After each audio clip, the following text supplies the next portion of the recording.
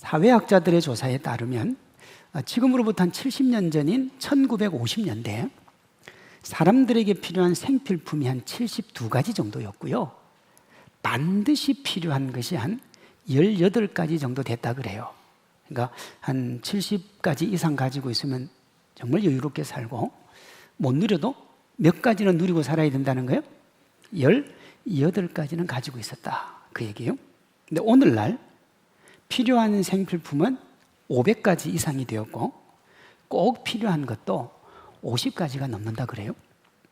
1950년대 사람들이 18가지를 누리고 살았으면 현대인들은 50가지를 누리고 산다는 거예요. 우리가 아무리 없다, 부족하다, 나는 가난하다 그렇게 말해도 오늘날 대부분의 사람은 1950년대 사람보다는 몇 배 정도를 더 누리고 사는 거예요? 3배 정도를 더 누리고 사는 거예요. 우리가 예전 사람들에 비해서 많이 누리고 있는 구체적인 예를 제가 하나 들어드릴게요. 지금은 우리가 케이크 있잖아요. 케이크를 누구라도 쉽게 접할 수 있고 또 사 드실 수 있습니다. 물론 목사님 나는 케이크 살 형편이 안 됩니다, 그런 분들이 있을 수 있지만 대부분은 쉽게 구할 수 있어요. 18세기에는 왕족과 귀족들만 먹을 수 있었던 게 케이크입니다. 18세기 설탕이 비쌌기 때문에. 이 케이크가 왕족의 식탁에서 내려와서 평범한 사람들의 생일 축하용으로 자리 잡은 것은 19세기 산업혁명 이후부터예요. 그러니까 얼마가 안 됐어요? 300년이 안 됐어요. 이 케이크를 우리가 쉽게 접하고 또 쉽게 가질 수 있는 게 300년이 안 됐다고요. 이때 당시에 살았던 사람들은 죽을 때까지 케이크 구경도 못하고 죽은 사람이 부지기수입니다. 왜? 왕족과 귀족만 누리고 살았기 때문에. 그러니 당연히 오늘날 대부분의 사람들은 행복해야 되지 않겠습니까? 조선시대 같으면 왕이 누렸던 것들을 우리가 누리고 사니까 우리가 왕의 대접을 받는 거예요. 그런데 현실은 이상한 게 행복보다는 불평이 만연하고 필요에 대한 요구가 끊이지를 않는 거예요. 나 이거 해달라 저거 해달라 참 요구가 많아요. 이걸 보여주는 대표적인 것이 뭐냐면 개인이나 단체가 자신들의 경제적 이익이나 생존권을 지키기 위해서 여러분 주변을 보면 시위나 파업이 엄청나게 많습니다. 그게 다 요구하는 거잖아요. 지난 4월 삼성전자 노조원 4만 명이 집회를 열고 성과급 투쟁을 위한 총파업을 경고를 합니다. 우리에게 성과급을 안 주면 5월 달에 총파업하겠다. 그래서 장관도 나서고 전 국가가 나서가지고 이걸 막았어요. 그런데 이렇게 총파업한 삼성전자 노조원 또 임원들이 지금 우리 사회에서 가장 먹고 살만한 안정적인 직장인들이에요. 제가 보니까 삼성전자 임직원의 전체 평균 연봉 다르죠. 임원들은 좀 많이 받기도 하고 노동자들은 좀 적게 받기도 하는데 평균이 얼마냐 그러면 1억 5천만 원이에요. 그걸 그냥 1년 연봉으로 받는 거예요. 그러니 다른 사람은 고물가, 고환율, 고금리 문제를 제기하면서 불평을 해도 사실 이들은 감사를 해야 돼요. 더 가지려는 욕심을 제가 뭐라 한다기보다는 감사해야 된단 말이에요. 그런데 이들이 불평하면서 더 많이 요구를 한단 말이에요. 왜 그럴까요?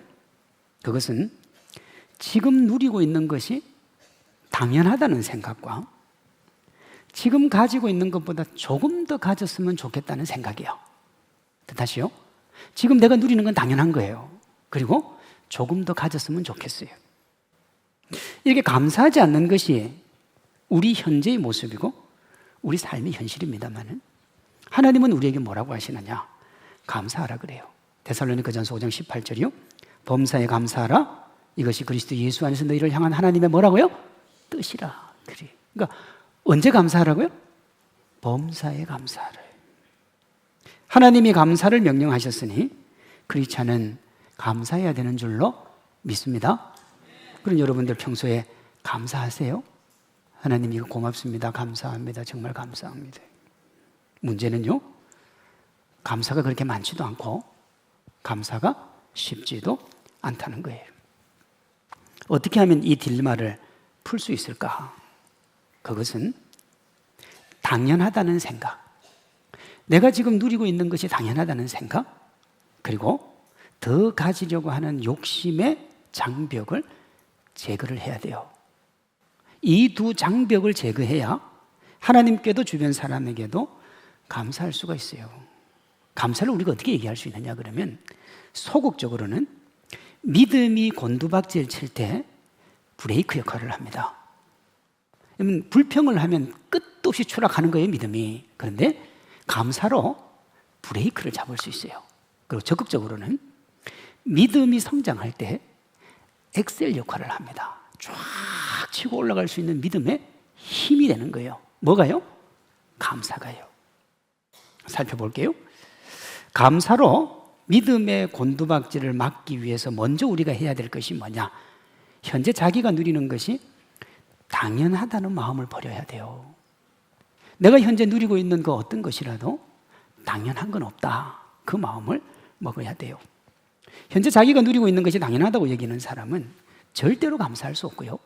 그러면 믿음에서 떠날 확률이 높아요. 믿음이 곤두박질 치는 거죠. 슬픈 현실이 뭐냐 그러면, 현재 자기가 누리는 것을 당연하게 여기는 것이 인간의 본성이라는 거예요. 오늘 보면 10절 11절 보세요. 주께서 그의 손으로, 이 마귀가 하는 얘기예요. 마귀가 지금 하는 얘기란 말이에요. 주께서 그의 손으로 하는 바를 복되게 하사 그의 소유물이 땅에 넘치게 하셨다. 그러면 욥이 받은 모든 물질이나 그 위에 축복은 누가 줬다는 거예요? 하나님이요. 누가 그렇게 얘기해요? 마귀가요. 11절, 이제 주의 손을 펴서 그의 모든 소유물을 치소서, 그리하시면 틀림없이 주를 향하여 욕하지 않겠나이까. 이 말이 앞뒤가 안 맞는 게 느껴집니까? 10절은 뭐라고 그랬느냐 그러면, 욥에게 있는 건 전부 누가 줬다고요? 하나님이. 그럼 욥이 한 게 있어요, 없어요? 없지요. 그럼 욥에게 하나님께서 주시고 하나님이 다 가지고 가도 욥이 할 말이 있어요, 없어요? 없지요. 근데 마귀가 뭐라고 그러느냐 그러면, 그 소유물을 주님이 주신 걸 치면 틀림없이 주를 향하여 뭘 한다고요? 욕을 한다 그랬어요. 근데 이 원어를 보면 100% 욕할 거라는 거예요. 이걸 달리 얘기하면, 지금 욥은 자기가 가지고 있는 걸 누구 거라고 생각하는 거예요? 누구 거라고 생각하는 거예요? 자기 거라고 생각하는 거예요. 누가 그렇게 봤어요? 마귀가 그렇게 봤어요. 뒤에 가면 실제 욥이 그렇게 안 보기 때문에 마귀가 그렇게 봤어요. 마귀가 말입니다, 인류 역사 처음부터 인간이 생기고 난 다음부터 인간이 하는 행위를 다 봤단 말이에요. 자기가 보니까 어때? 인간은요, 자기한테 들어가면 전부 지 건 줄 아네. 사람이 그게 본성이 그렇다는 거예요. 그런데 오늘 욥은요 조금 더 특별하거든요. 욥은 우리 같은 보통 사람하고 좀 달라요. 왜 다르냐? 하나님이 칭찬한 진짜 하나님의 사람이에요. 오늘 보면 8절을 보세요. 여호와께서 사탄에게 이르시되, 네가 내 종 욥을 주의하여 보았느냐? 그와 같이 온전하고 정직하여 하나님을 경외하며 악에서 떠난 자가 뭐라고요? 세상에 없다. 욥을 주의하여 보면 욥은 진짜 내가 인정하는 내 사람인 거예요. 이 정도 되면 욥이 물러서야, 아니 마귀가 물러서야 되는데 마귀가 안 물러섭니다. 마귀는 욥을 물질의 노예로 봐요. 하나님이 그의 소유물을 치면 그가 반드시 하나님께 욕을 할 것이라는 말이 그 말이에요. 욥을 이렇게 본 마귀입니다. 틀림없이 주를 향하여 욕을 하지 않겠습니까? 이건 물음표가 아니고 느낌표입니다. 물음표는 뭐냐? 하나님이 한번 다 뺏어 보세요. 제 생각에는 욥이 뺏겼다고 욕할 것 같은데 하나님도 그렇게 생각하지 않습니까? 뭐 이렇게 물어보는 거예요, 물음표는. 근데 느낌표는 뭐냐 하면 뭐예요? 제가 확신을 하는데요, 반드시 욥은 욕할 거예요. 하나님이 그토록 칭찬한 욥이에요? 마귀가 그렇게 욥을 평가를 했어요. 그러면 성도 여러분, 마귀가 우리는 어떻게 볼까요? 욥을 하나님이 그토록 칭찬하고 악에서 떠난 사람 없고 세상에 없는 내 사람이 욥이 볼 때는, 아니 마귀가 볼 때는 물질 던져주면 그저 배반할 사람인데 마귀 우리 어떻게 볼까요? 당연히 물질의 노예로 볼 겁니다. 세상 것 조금만 던져줘도 간 쓸게 다 빼놓을 그런 존재로 우리를 보는 거예요. 여러분, 마귀가요, 우리를 그렇게 우습게 본다고요. 마귀가 우리를 그렇게 우습게 봐도 실제 우리가 그런 사람 아니면 돼요. 문제가 뭐냐? 마귀의 그 말이 정말 자존심 상하지만 우리의 실제가 물질의 노예가 맞으니 어떻게 반박할 수가 없는 거예요. 어떻게 한번 반박해 보시겠어요? 나는 절대 그렇지 않다. 여러분이 가지고 있는 거 가지고 가도 나는 절대로 하나님을 원망한 건 하지 않고 하나님의 뜻에 맡긴다. 참 쉽지 않은 거예요.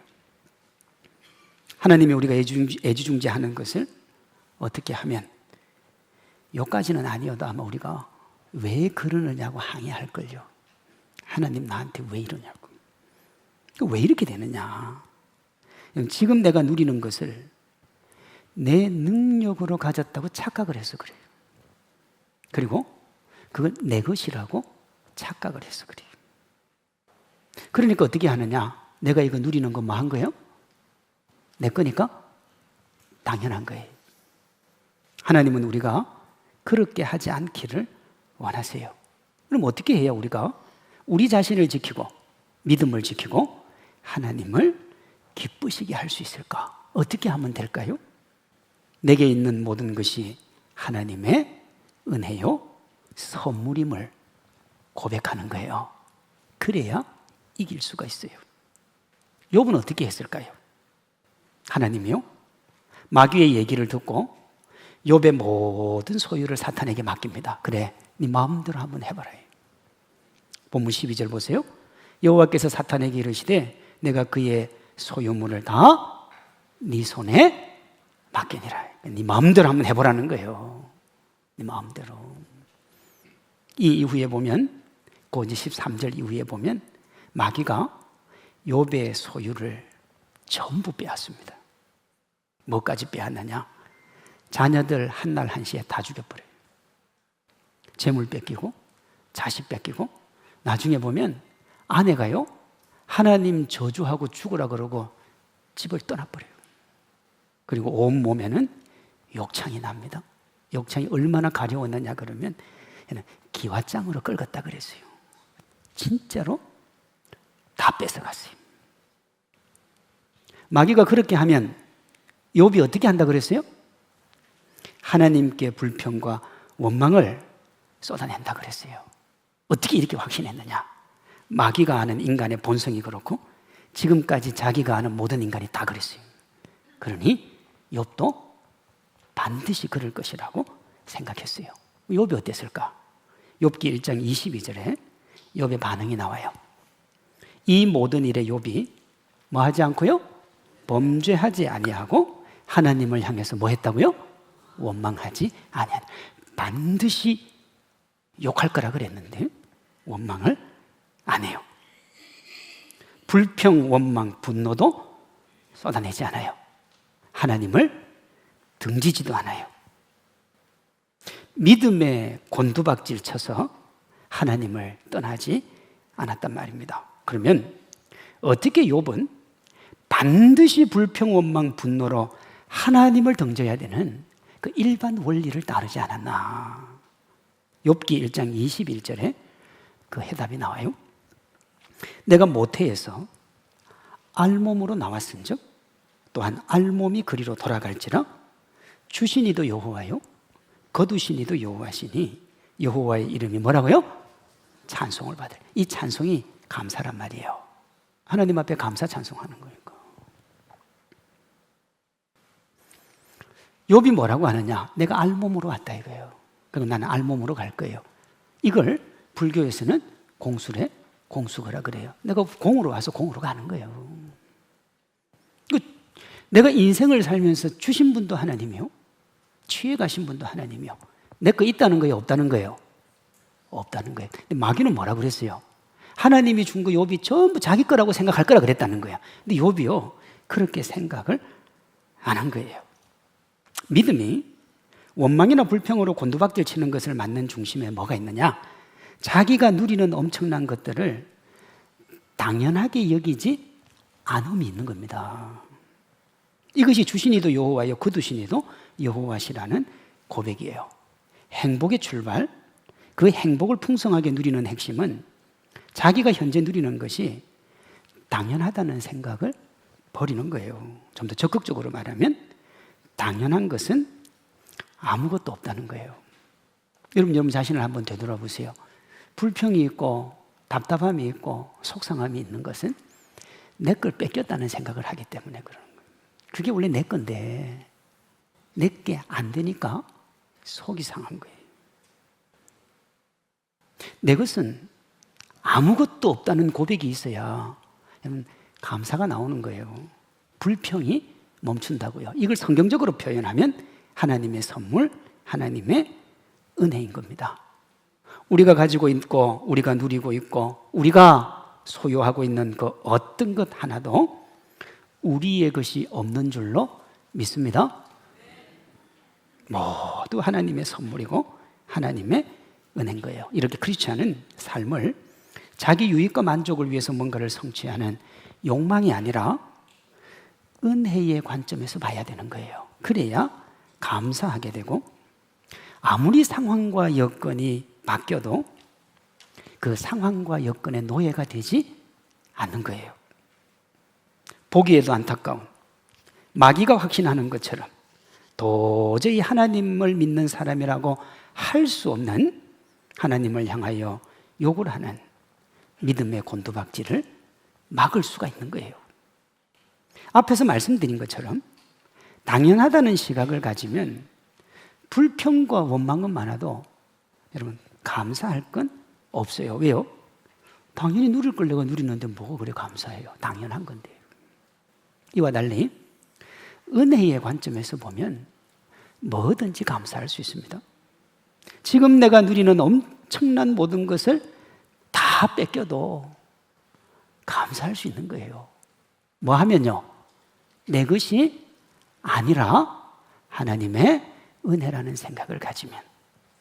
하루아침에 모든 것을 잃고 죽음의 위기에 처한 다니엘, 여러분 다니엘에게 다 뺏겼는데 감사해요. 다니엘 6장 10절입니다. 다니엘이 이 조수의 왕의 도장이 찍힌 것을 알고도 그가 기도하면 잡혀가서 사자굴에 들은다는 것을 알고도 자기 집에 돌아가서는 윗방에 올라가 예루살렘으로 향한 창문을 열고 전에 하던 대로 하루 3번씩 무릎을 꿇고 기도하며 그의 하나님께 뭐 했다고요? 감사했다. 여러분 이게 감사할 상황이에요? 하나님 믿어가지고 된통 손해보게 생겼는데 뭐가 감사할 거예요? 근데 다니엘이 감사했다 그러잖아요. 어떻게 이럴 수 있냐? 당연한 것이 아니라고 여겼기 때문에 그래요. 그가 그의 인생을 봤겠죠. 어린 날 잡혀와가지고 이 궁에서 이 고생 저 고생 다 할 때마다 누가 그를 지켜줬어요? 하나님이 지켜줬어요. 하나님의 은혜로 여기까지 살았어요. 하나님의 은혜로 1인지하 만인 지상의 자리까지 올라갔어요. 다 보니까 하나님의 은혜예요. 다니엘이 보니까 지금 내게 있는 거 하나님이 다 가지고 가셔도 그게 뭐예요? 하나님의 은혜로 산 인생이 남는 거예요. 그러니까 뭐 할 수 있느냐? 감사할 수 있는 거예요. 손해본 게 하나도 없어요. 손해가 뭐예요? 다 잃어도 지금까지 누린 게 있으니 그게 뭐예요? 감사의 조건이에요. 저 여러분이 인생을 살아가면서 힘들고 어렵고 고단했지만 누리고 산 거 있죠. 그래도 남들보다 조금 더 잘 먹은 것도 있을 테고 잘 누린 것도 있을 테고 그 자체만 가지고도 감사의 조건이 되는 줄로 믿습니다. 그게 감사예요. 이걸 사도 바울은 고린도전서 15장 10절에서 이렇게 고백했습니다. 내가 나된 것은 하나님의 은혜로 된 것이니 내게 주신 그의 은혜가 헛되지 아니하여 내가 모든 사도보다 더 많이 수고하였으나 내가 한 것이 아니요 오직 나와 함께 하신 하나님의 은혜라 그러잖아요. 여러분, 여기에서 말입니다. 내가 모든 사도보다 더 많이 수고했다는 말이 여러분 그냥 한 말이 아니에요. 사도 바울은 더 많이 수고해서 자기의 전부를 던졌어요. 목숨을 걸었어요. 그 목숨 거는 게 싫어가지고 얼마나 사도 바울이 고난당하고 아팠는지 몰라요. 근데 뭐라고 그러느냐 그러면 내가 한 게 아니고 하나님의 은혜라. 은혜를 아는 사람의 특징이 뭐냐 그러면 감사합니다. 그리고 그 감사가 믿음이 곤두박질 칠 어려운 때에 그 믿음이 곤두박질 치는 걸 막는 브레이크 역할을 하는 거예요. 강력하게 잡아줘요. 그리고 믿음을 더 견고하게 하는 믿음 성장을 할 때는 악셀레이터 역할을 한단 말이에요. 조지 허버트라는 사람이 이런 기도를 했어요. 주님이 제게 너무도 많은 것을 주셨습니다. 한 가지만 더 주십시오. 그것은 뭐라고요? 감사하는 마음을 달라요. 감사하는 마음. 자신이 어떤 것을 누릴 권리가 있다는 생각이 감사를 죽입니다. 그러면 어떻게 되느냐? 잘 되면 교만하고 안 되면 불평하고 원망하는 거예요. 결국은 믿음이 곤두박질 칠 수밖에 없는 거죠. 당연한 것은 아무것도 없어요. 그러니 크리스찬은 당연하다는 생각을 버리고 모든 것이 은혜라는 생각을 가져야 하는 거예요. 여러분들이 지금 예배를 드리면서 이 편안한 자리에 앉아서 예배 드리는 게 당연한 게 아니에요. 에어컨 바람을 쐬면서 예배 드리는 게 당연한 게 아니에요. 여러분에게 에어컨 바람을 아주 적절하게 씌워드리는 이유는 정말 편안하게 하나님의 말씀을 잘 들었으면 좋겠다는 간절한 기대와 소망이 있는 거예요. 우리 인생 어느 하나도 당연한 게 없잖아요. 예를 들어서요, 부모가 사랑을 자식에게 주는 것을 당연하게 여겨도 자식은 그 부모의 사랑을 당연하게 여기면 안 돼요. 사장이 직원들을 잘 대우해야 된다고 본인이 당연하게 여겨도 그걸 받는 직원은 그 당연하게 여기면 안 돼요. 당연한 게 아니니까요. 선의를 베푸는 누군가가 그것을 당연하게 여겨도 선의의 대상은 절대로 그걸 당연하게 여기면 안 되는 거예요. 당연한 것은 아무것도 없을 뿐 아니라 당연하지도 않기 때문에 그렇습니다. 감사 대신 요구나 불평이나 원망, 부정적인 말, 부정적인 생각이 많다면 어쩌면 그는 지금 자기가 누리는 것을 당연하다는 생각에 사로잡혀 있을 확률이 높아요. 그러니까 여러분 요구를 하죠. 이게 당연하지 않다고 생각하면 그렇게 요구할 수가 없어요.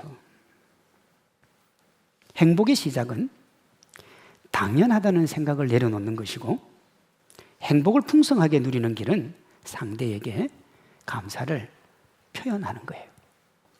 당연하다고 여김에서 오는 불평, 원망, 요구를 감사로 뛰어넘는 우리 성도님들 되시기를 바랍니다. 다음으로 감사로 믿음의 곤두박질을 막기 위해서 조금 더 하는 욕심을 버려야 돼요. 뭘 버리라고요? 조금 더 하는 욕심이에요. 오늘 보면 9절 10절 다시 보세요. 사탄이 여호와께 대답하여 이르되 욥이 어찌 까닭 없이 하나님을 경외하리이까? 주께서 그와 그의 집과 그의 모든 소유물을 울타리로 두르심 때문이 아니니까? 이제 주의 손을 펴서 그의 모든 소유물을 치소서. 그리하시면 틀림없이 주를 향하여 욕하지 않겠나이까? 사탄은요, 인간이 욕망의 노예라서 욕심을 자극하면 스스로 파멸의 길을 들어갈 것이라고 얘기를 하는 거예요. 마귀가 처음부터 파멸을 작정을 하고 끝까지 파멸로 이끌어가는 게 아니라 뭐만 살짝 건드려주면요, 욕망만 살짝 건드려주면 그 다음부터는 뭐 한다는 거예요? 자기가 알아서 파멸의 길을 간다는 거예요. 자기가 알아서. 마귀는 그냥 건드려주면 되는 거예요. 성경도 여기 동의를 합니다. 야고보서 1장 15절. 욕심이 잉태한 적 죄를 낳고 죄가 장성한 적 사망을 낳는다 그랬어요. 여기 욕심은 자기를 위해서 조금 더 가지려는 욕심을 멈추지 않는 거예요. 조금 더 가지려고 하는 거예요. 조금 더 얼마 안 돼 보이죠? 그게 문제예요. 그게요. 세계 최고의 부자였던 록펠러가 당신은 얼마나 더 벌어야 만족할 것 같습니까? 라는 기자의 질문에 이렇게 대답합니다. 조금만 더요. 조금만 더. 기자가 록펠러의 대답을 이렇게 얘기했어요. 록펠러가 참 겸손하다 그랬어요. 말 자체로 보면 겸손하죠. 조금만 더니까. 그렇죠? 그런데요, 이 말처럼 욕심 가득한 말이 없어요. 록펠러는 가질 수 있는 걸 다 가진 사람이에요. 그런데도 뭐라고 그래요?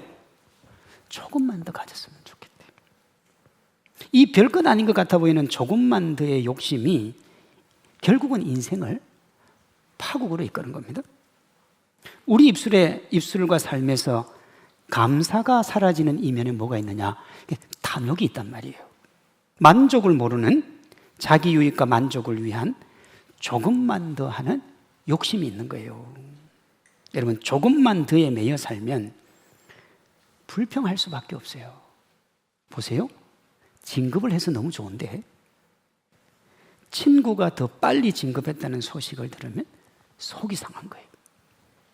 우리 사회를 둘러보면 여기저기 불평이 난무합니다. 그 불평을 자세히 들여다보면 가진 게 없어서 불평이 아니고 뭐예요? 더 가지기 위한 불평인 거예요. 조금 더 넓혀볼게요. 하와의 조금 더 지혜롭고 싶은 마음이 결국은 죽음이라는 파멸을 가지고 온 거예요. 조금 더 넓은 영토를 가지려는 인간의 욕심이 인류의 역사를 전쟁사로 만든 거예요. 조금 더 많은 연봉을 받으려는 욕심이 극한의 대치로 이어지는 것이고, 조금 더 좋은 성적을 얻어내려는 욕심이 학부모와 선생님이 짜고 시험지를 유출하고 문제를 일으키는 거예요. 조금 더 잘났음을 드러내는 욕심이 다른 사람 무시하고 함부로 하는 대로 이어지는 거예요. 우리 사회에 이런 예를 들려면 여러분 책을 몇 권을 적어도 아마 모자랄걸요. 다시 말씀드립니다만 조금 더의 욕심을 가지면 누구도 행복할 수 없고요. 감사는 영원한 거예요. 그러면 어떻게 해야 되느냐?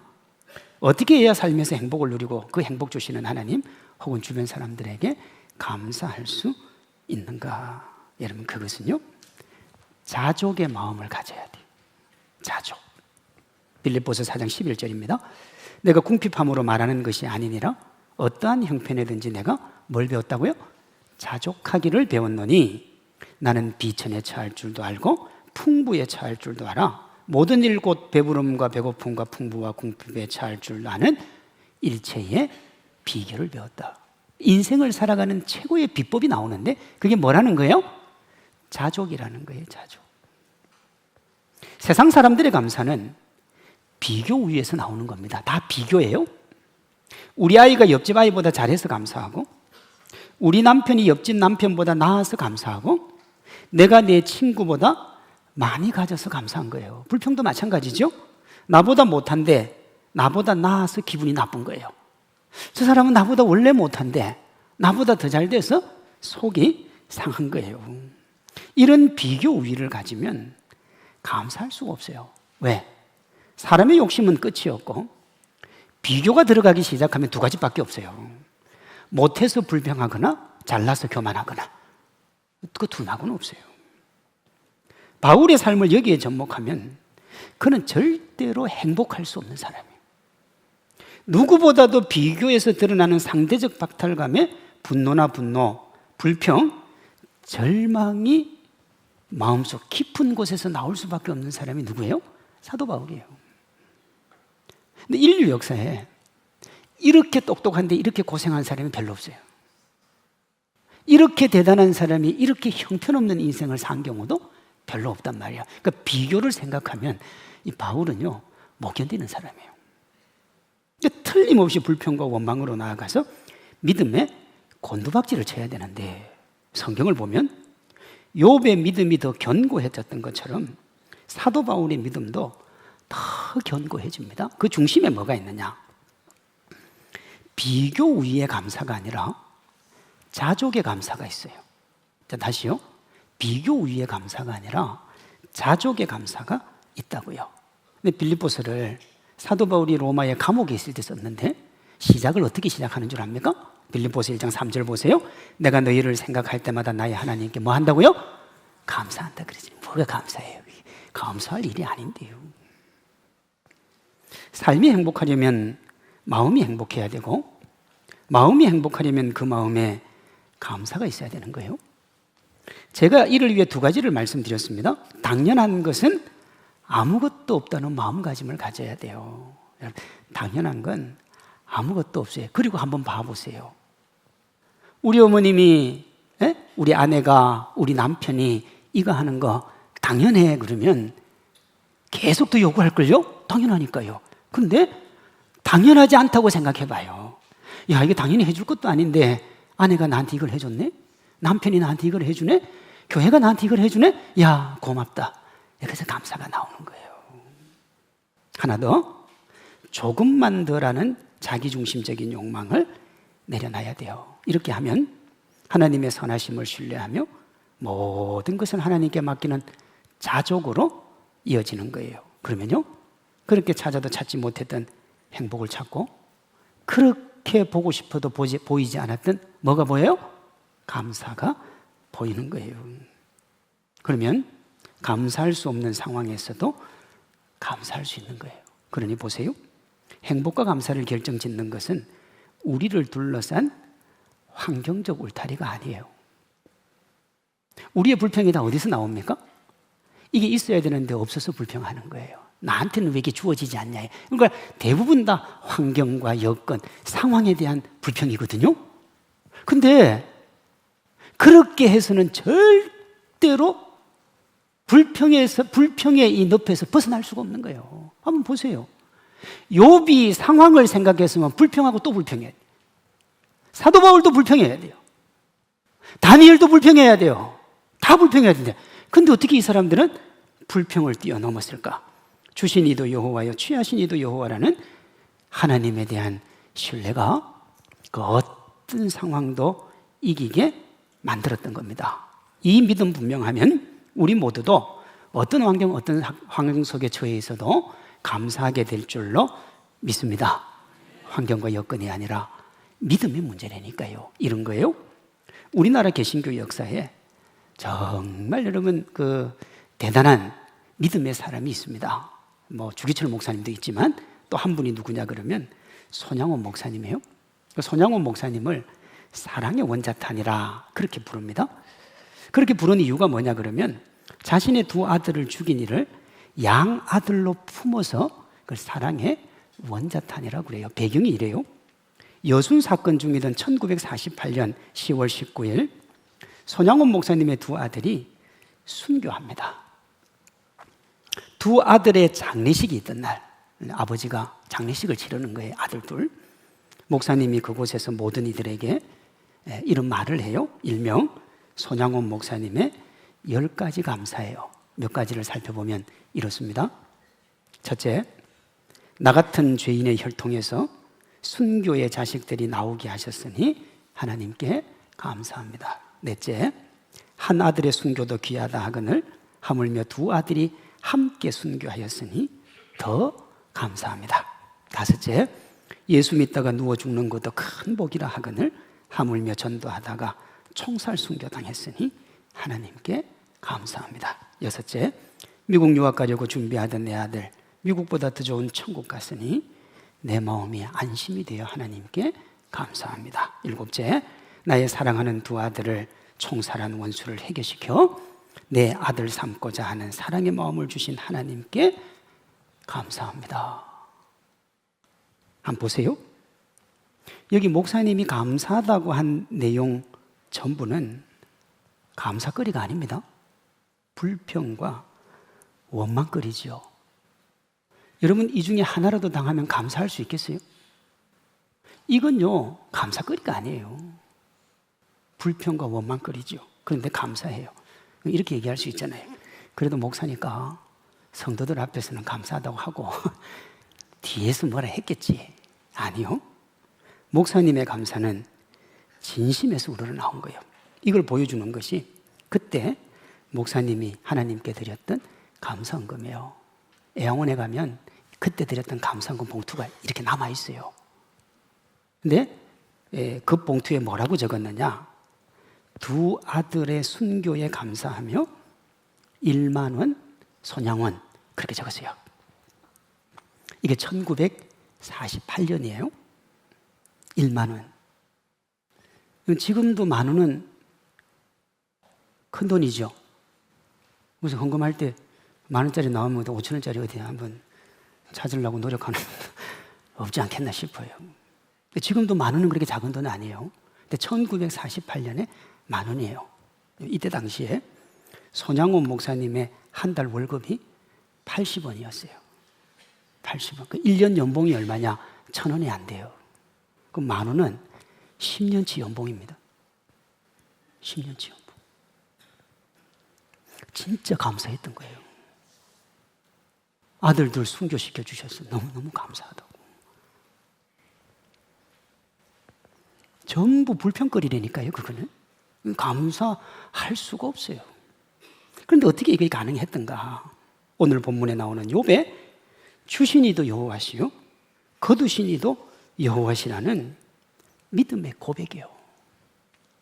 이것을 오늘 말씀으로 하면 당연한 것은 아무것도 없다는 마음과 하나님의 선하심을 믿고 하나님께 모두 맡기는 믿음인 겁니다. 믿음. 욥, 다니엘, 손양원 목사님 모두 그의 소유물을 치면 반드시 하나님을 향하여 욕을 할 거라는 우리를 얕잡아 보는 사탄의 무시와 조롱을 감사로 여러분 너무너무 거뜬하게 뛰어넘어 버린 거예요. 마귀는 이런 사람을 두려워할 수밖에 없고 어떻게 하겠어요, 저거를. 자기 생각을 너무 벗어나 버렸는데 모든 인간은 물질에 놓여요. 모든 인간은 욕망을 건드리면 다 넘어져야 되는데 안 넘어지는 거예요. 안 넘어지는 거예요. 그들을 성경은 뭐라고 그러느냐 그러면 믿음의 거장이라 그러는 거예요. 상황과 여건이 아니에요. 주어진 것에 대한 기브 앤 테이크가 아니라니까요. 그러므로 감사 없는 불평과 원망은 마귀에게 잡혀 있다는 표시고 감사가 제대로 신앙생활을 하고 있다는 표시가 되는 거예요. 감사로 마귀를 놀라게 하고 하나님 기쁘시게 하는 우리 믿음의 주인공들 되시기 바랍니다. 독일의 대문호 괴테가 이런 말을 했어요. 이 세상에서 가장 쓸모없는 사람은 감사할 줄 모르는 사람입니다. 윌리엄 워드는 감사하는 마음이 있지만 표현하지 않는 것은 선물을 포장한 후에 주지 않는 것과 같다. 표현해야 된다는 거예요. 성경도 여기에서 벗어나지 않습니다. 시편 50편 23절 감사로 제사를 드리는 자가 누구를 영화롭게 한다고요? 하나님을 영화롭게 하나니 그의 행위를 옳게 하는 자에게 내가 하나님의 뭘 보여준다고요? 구원을 보여주겠다. 감사로 제사를 드리는 거예요. 물론요, 감사로 제사를 드린다는 말의 의미가 다양합니다만은 그 중에 오늘 말씀으로 하면 감사가 믿음의 곤두박질을 막는 브레이크 역할을 하고 믿음 성장의 엑셀 역할을 한다는 의미도 이게 들어있는 겁니다. 왜? 감사로 제사를 드리는 자를 하나님을 영화롭게 하고 하나님께서 그에게 구원을 보여주시기 때문에 우리 삶에 당연한 건 아무것도 없는 줄로 믿습니다. 아멘 하기 싫어요. 우리 삶에 당연한 거 아무것도 없는 줄로 믿습니다. 없어요. 모두 하나님의 은혜요. 또 주변에서 나를 돕는 이들의 사랑이요. 선물인 거예요. 그것에 대한 바른 반응은 원망, 불평, 요구가 아니라 감사인 거예요. 감사로 불평과 원망 뛰어넘고 그 위에 더하여 주시는 은혜와 사랑에 더 감사로 반응해서 믿음은 더 좋아지고 관계는 더 나아지며 삶은 더 큰 행복으로 가득 찬 우리 성도님들 되시기를 주님의 이름으로 축원합니다.